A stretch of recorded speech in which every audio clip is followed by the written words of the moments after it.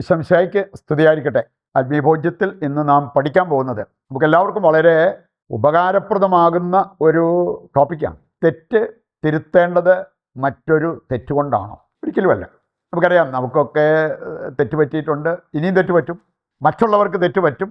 ഇത് വളരെ കോമൺ ആയിട്ടുള്ള ഒരു കാര്യമാണ്. അതാണ് നമ്മൾ റോമാലേഖനം 3-ാം അധ്യായം 12 മുതൽ വായിക്കുമ്പോൾ അവിടെ പറഞ്ഞിട്ടുണ്ട്, എല്ലാവർക്കും തെറ്റുപറ്റി, എല്ലാവരും ഒന്നടങ്കം തെറ്റുപറ്റിയവരാണ്. അതുകൊണ്ട് ഇതൊരു യാഥാർത്ഥ്യമാണ്, നമ്മൾ അംഗീകരിക്കണം. ഇനി ഈ തെറ്റിനെ തിരുത്തേണ്ട ശരിയായ 5 മാർഗങ്ങളുണ്ട്. അത് നമ്മൾ മനസ്സിലാക്കിയിരിക്കുന്നില്ലെങ്കിൽ നമ്മുടെ ജീവിതത്തിൽ ഒരുപാട് പ്രശ്നങ്ങൾ ഉണ്ടാകാം. മറ്റുള്ളവർക്ക് നമ്മൾ ഒരുപാട് പ്രശ്നങ്ങൾ സൃഷ്ടിക്കാം. അത് വരാതിരിക്കാൻ എവിടെയെങ്കിലും ഒരു തെറ്റ് കണ്ടാൽ അതിനെ എങ്ങനെ നമ്മൾ കൈകാര്യം ചെയ്യണം, വളരെ വിവേകപൂർവ്വം നമ്മൾ അതിനെ കൈകാര്യം ചെയ്യണം.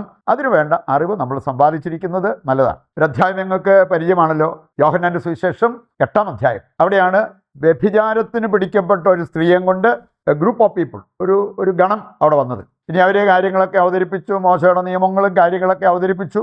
അതിനവസാനം യേശു പറഞ്ഞ ഒരു കാര്യമുണ്ട്, നിങ്ങളിൽ പാപം ചെയ്യാത്തവർ ആദ്യത്തെ കല്ലെറിയട്ടെ. തെറ്റ് പറ്റിയിട്ടില്ലാത്ത ആരെങ്കിലും ഇവിടെ ഉണ്ടെങ്കിൽ അവരായിരിക്കട്ടെ ആദ്യത്തെ കല്ലെറിയുക. ആരെങ്കിലും അവിടെ ഉണ്ടായിരുന്നു? ആരുമില്ലായിരുന്നു. എൻ്റെ അവസാനം യേശു പറഞ്ഞൊരു കാര്യമുണ്ട്, ഞാനും നിന്നെ വിധിക്കുന്നില്ല, നീ സമാധാനത്തോടെ പൊക്കോളുക, ഇനിമേൽ പാപം ചെയ്യാതിരിക്കുക. അത്രേ ഉള്ളൂ കർത്താവ് പറഞ്ഞുള്ളൂ. ഇനി ഇതിനകത്തുനിന്ന് ഒരുപാട് കാര്യങ്ങൾ നമുക്ക് പഠിക്കാനുണ്ട്. മറ്റൊരാൾ, നമ്മുടെ മുമ്പിൽ നിൽക്കുന്നയാൾ തെറ്റ് പറ്റിയ വ്യക്തിയാണെങ്കിലും ഏത് രീതിയിലാണ് അതിനെ നമ്മൾ കൈകാര്യം ചെയ്യേണ്ടത്? അവരുടെ അതേ തെറ്റ് നമുക്ക് പറ്റിയിട്ടില്ലായിരിക്കാം, അവരുടെ അതേ ബലഹീനത നമുക്കില്ലായിരിക്കാം. പക്ഷേ എനിക്ക് എൻ്റേതായ ബലഹീനതയുണ്ടോ, എനിക്ക് എൻ്റേതായ തെറ്റുകൾ സംഭവിച്ചിട്ടുണ്ടോ, അവരെ മനസ്സിലാക്കാനും അവരോട് കരുണ കാണിക്കാനുമുള്ള ആ ഒരു ബാധ്യതയുണ്ട് എന്നുള്ളതാണ് യോഹന്നാൻ 8-ാം അധ്യായത്തിൻ്റെ കാതലായ ഒരു സന്ദേശം. അത് നമുക്ക് മറക്കാതിരിക്കാം. നമുക്ക് ആദ്യമായിട്ട് ഈ വിഷയവുമായി ബന്ധപ്പെടുത്തി നമ്മൾ കാണുന്നത് തെറ്റ് തിരുത്തുന്നതിൽ വരുന്ന തെറ്റ്. ഞാൻ കാര്യം എൻ്റെ മനസ്സിലിരിക്കുന്നത്, ഞാൻ അവരെ തിരുത്തുക. ചിലർ പറഞ്ഞ് ഞാൻ കേട്ടിട്ടുണ്ട്, അല്ല ഞാനല്ലേ ഇതൊക്കെ പറഞ്ഞു കൊടുക്കണ്ടേ, ഞാനല്ലേ അവരുടെ പങ്കാളി, ഞാനല്ലേ മാതാപിതാക്കള്, അപ്പം അതുകൊണ്ട് ഞങ്ങളല്ലേ ഇത് തിരുത്തേണ്ടത്, അങ്ങനെയൊക്കെ പറഞ്ഞ് ന്യായീകരിക്കുന്ന വ്യക്തികളെ കാണാൻ പറ്റും. പക്ഷേ തെറ്റ് തിരുത്തുന്നതിൽ നമുക്കൊരു തെറ്റ് പറ്റാവും. ഒരു തെറ്റുകൊണ്ടല്ല വേറൊരു തെറ്റ് നമ്മൾ തിരുത്തേണ്ടത്. തിരുത്തുമ്പോൾ മറ്റൊരു തെറ്റ് വരാതിരിക്കാൻ നമ്മൾ പ്രത്യേകം ശ്രദ്ധിക്കണം. കാരണം നമ്മൾ പറയാറുള്ളൊരു കാര്യമാണ്, ഉളുക്കിയ കാല് പിന്നെ ഉളുക്കാനുള്ള സാധ്യതയുണ്ട്. അതുകൊണ്ട് നമ്മൾ വളരെ ശ്രദ്ധിക്കണം, സൂക്ഷിക്കണം എന്നുള്ളത് പറയാറുള്ള ഒരു കാര്യം കൂടിയാണല്ലോ. റോമാലേഖനം 12, 19, 20 വായിക്കുമ്പോൾ നമുക്ക് തെറ്റ് തിരുത്തുമ്പോൾ വരാവുന്ന ഒരു തെറ്റിനെക്കുറിച്ച് അവിടെ സൂചിപ്പിച്ചിട്ടുണ്ട്. പ്രതികാരം നിങ്ങൾ ചെയ്യരുത്, പ്രതികാരം എൻ്റെ ക്രോധത്തിന് വിട്ടേക്കുക, ഞാൻ പ്രതികാരം ചെയ്തു കൊള്ളാം. ഇന്ന് ഒത്തിരി പേരെ കാണാൻ സാധിക്കും, ആരെങ്കിലും തെറ്റ് ചെയ്ത് കഴിഞ്ഞാൽ പിന്നെ ഇവർ പ്രതികാരദാഹിയായി മാറുക. അങ്ങനെ സംഭവിക്കുമ്പോൾ നമ്മുടെ ഭാഗത്തു നിന്നും ഒന്നിലേറെ പാപങ്ങൾ അല്ലെങ്കിൽ തെറ്റുകൾ നമ്മൾ ചെയ്യേണ്ടതായിട്ട് വന്നേക്കാം. അത് നമ്മുടെ നിത്യനാശത്തിന് പോലും കാരണമാകാം. അതുകൊണ്ടാണ് കർത്താവ് പറഞ്ഞത്, നിങ്ങൾ പ്രതികാരം വീട്ടാൻ പോകരുത്, നന്മ കൊണ്ട് തിന്മയെ കീഴ്പ്പെടുത്തുക എന്നുള്ളതാണ് നിങ്ങൾ ഏറ്റെടുക്കേണ്ട ഒരു സ്റ്റാൻഡ്. ഇനി ആ ഒരു കാര്യത്തിന് നമ്മൾ തയ്യാറാകുകയാണെങ്കിൽ നമുക്ക് തെറ്റുപറ്റിയവരെ വീണ്ടെടുക്കാൻ എളുപ്പമുണ്ട്, നമ്മൾ തെറ്റിലേക്ക് പോകാതിരിക്കാൻ അത് നമ്മെ സഹായിക്കുകയും ചെയ്യും. ഒരു സ്ത്രീ അവരെ സൂചിപ്പിച്ചൊരു കാര്യം, ഞാൻ വീട്ടിൽ ഇത്രയും അലമ്പുണ്ടാക്കാൻ കാരണം എൻ്റെ ഭർത്താവ് പരക്കള്ള. അതാ സ്ത്രീ പറഞ്ഞത്. ഞാൻ അലമ്പുണ്ടാക്കുന്നുണ്ട് സത്യ, പക്ഷേ ഞാനിങ്ങനെ ചെയ്യാൻ കാരണം എൻ്റെ ഭർത്താവിൻ്റെ മദ്യപാനം. ഭർത്താവ് മദ്യപിക്കുന്നു അല്ലെങ്കിൽ അവിടെ അലമ്പുണ്ടാക്കുന്നു എന്നുള്ളത് തെറ്റായ ഒരു കാര്യമാണ്. പക്ഷെ അതിന് എല്ലാവിധത്തിലും അലമ്പുണ്ടാക്കിക്കൊണ്ട് പ്രതികരിക്കുന്നത് അത് വേറൊരു തെറ്റല്ലേ? ഒരു തെറ്റിനെ നമ്മൾ തിരുത്തേണ്ടത് മറ്റൊരു തെറ്റുകൊണ്ടല്ല എന്നുള്ളത് ദൈവവചനം നമ്മെ ഓർമ്മിപ്പിക്കുക. വിശുദ്ധ ഫ്രാൻസിസ് സാലസ് അദ്ദേഹം സൂചിപ്പിച്ചൊരു കാര്യം, ഒരുവൻ കുടിക്കുന്ന കണ്ടാലും നീ അവനെ കുടിയാന്ന് വിളിക്കരുത്. ചിലപ്പോൾ നീ വിളിച്ചതായിരിക്കാം കൂടുതൽ ഗൗരവമുള്ള പാപം. അത് നമുക്കറിയാമല്ലോ. മത്തായി 15:10 മുതൽ വായിക്കുമ്പോൾ ഉള്ളിലേക്ക് പോകുന്ന കാര്യങ്ങളെക്കാൾ നമ്മൾ സീരിയസ് ആയിട്ട് എടുക്കേണ്ടത് ഉള്ളിൽ നിന്നും പുറത്തോട്ട് വരുന്നതാണ്. തിന്നണതും കുടിക്കണതൊക്കെ ഉള്ളിലേക്ക് പോകുന്ന കാര്യങ്ങളാണ്. പക്ഷെ നമ്മൾ സംസാരിക്കുന്നത് അത് ഉള്ളിൽ നിന്നും പുറത്തോട്ട് വരുന്നതാണ്. അതാണ് ഒരുവനെ അശുദ്ധനാക്കുക.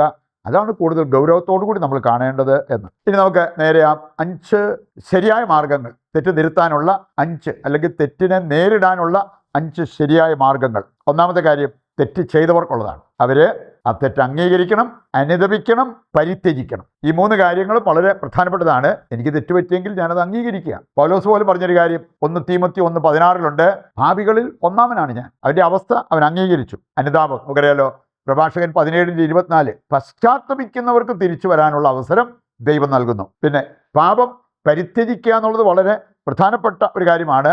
പ്രഭാഷകന്റെ പുസ്തകം 21:2 മേലിൽ പാപം ചെയ്യരുത്. ഉപേക്ഷിച്ച പാപം അതിനെ ആവർത്തിക്കാതിരിക്കാൻ നീ പ്രത്യേകം ശ്രദ്ധിക്കണം. രണ്ടാമത്തെ കാര്യമാണ് തെറ്റിന് ഇരയായവർ അവരെ ക്ഷമിക്കണം, അത് മറക്കണം. മറ്റൊരാളുടെ തെറ്റിന് ഞാൻ ഇരയായതായിരിക്കാം, മറ്റൊരാൾ എന്നോട് ദ്രോഹം ചെയ്തതായിരിക്കാം, അതെനിക്ക് ക്ഷമിക്കാൻ പറ്റണം, മറക്കാൻ പറ്റണം.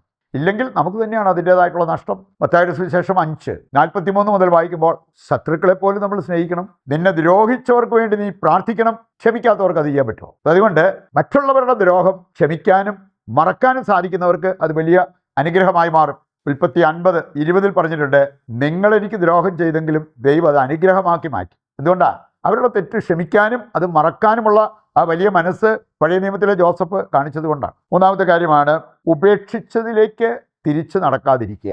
2 പത്രോസ് 2-ാം അധ്യായം 21-22 വചനങ്ങൾ വായിക്കുമ്പോൾ അവിടെ പറഞ്ഞിട്ടുണ്ട്, ഉപേക്ഷിച്ച പാപത്തിലേക്ക് നിങ്ങൾ ഒരു കാരണവശാലും തിരിച്ചു നടക്കരുത്. അങ്ങനെ ചെയ്യുന്നവർ ചെയ്യുന്നത് നായ ഛർദ്ദിച്ചത് വീണ്ടും ഭക്ഷിക്കുന്നത് പോലെയാണ്. കുളിച്ച പന്നി വീണ്ടും ചെളിക്കുണ്ടിൽ കിടന്ന് ഉരുളുന്നത് പോലെയാണ്. ആ ഒരു പഴമൊഴി ഇവർക്ക് ചേർന്നതാണ്. ഒരു കാരണവശാലും അങ്ങനെ ഒരു അവസ്ഥയിലേക്ക് പോകരുതെന്ന്.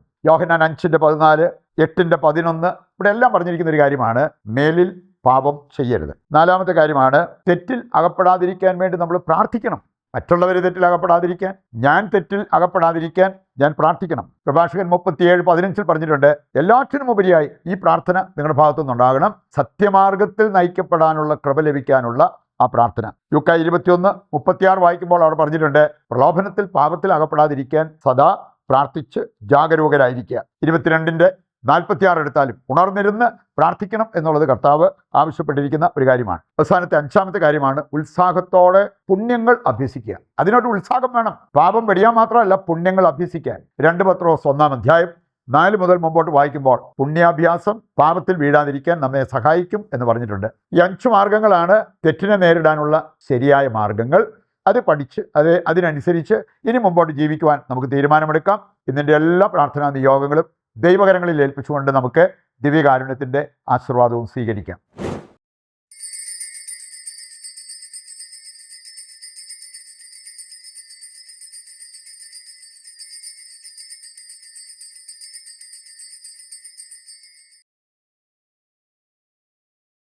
പരിശുദ്ധ പരമ ദിവ്യകാരുണ്യത്തിന് എന്നേരവും ആരാധനയും സ്തുതിയും പുകഴ്ചയും ഉണ്ടായിരിക്കട്ടെ. നാളെ മറ്റൊരു എപ്പിസോഡുമായി വീണ്ടും നമുക്ക് ഒന്നിക്കാം. ദൈവം നിങ്ങളെ സമർത്ഥമായി അനുഗ്രഹിക്കട്ടെ.